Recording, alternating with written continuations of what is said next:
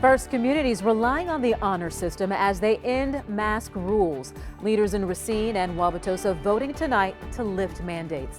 The city of Milwaukee also announcing today it's ending the requirement in just 2 weeks. If you're not fully vaccinated, you are supposed to remain masked up. So do you trust other people to be honest about their vaccine status? Well, new tonight, Tom Durian shows us there is skepticism. Tom?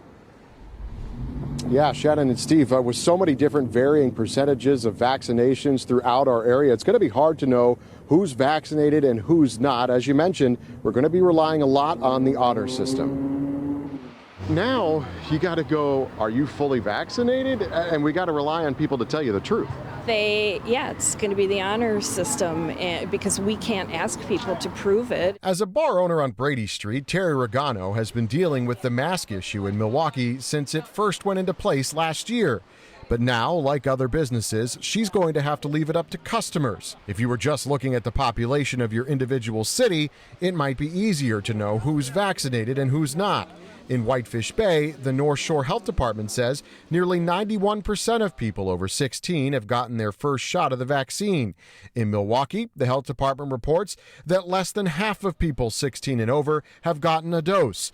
But of course, we all don't stay within the confines of our own city. I think it's easier to think about this in sort of two groups. For businesses, labor attorney Eric Eisenman says it can be tricky. So it's clearer for businesses when it comes to how they operate with their own employees than it is to how they operate with if they're a business where people come in the door.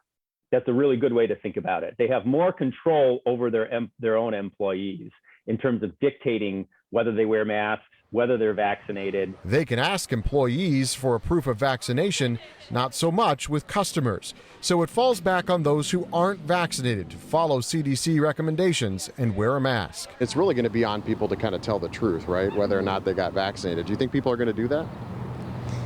I would like to think people are going to tell the truth, but I feel like some people may lie. We have to just trust people. If we start requiring papers and stuff like that, then it's not really where I want to live.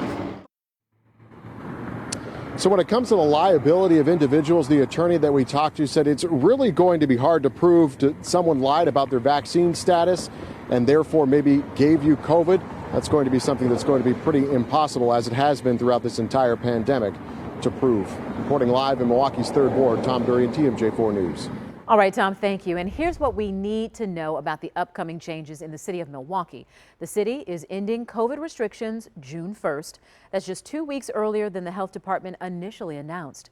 The city also is dropping its mask mandate that day. The mayor said he wanted to give businesses time to decide what is best for them.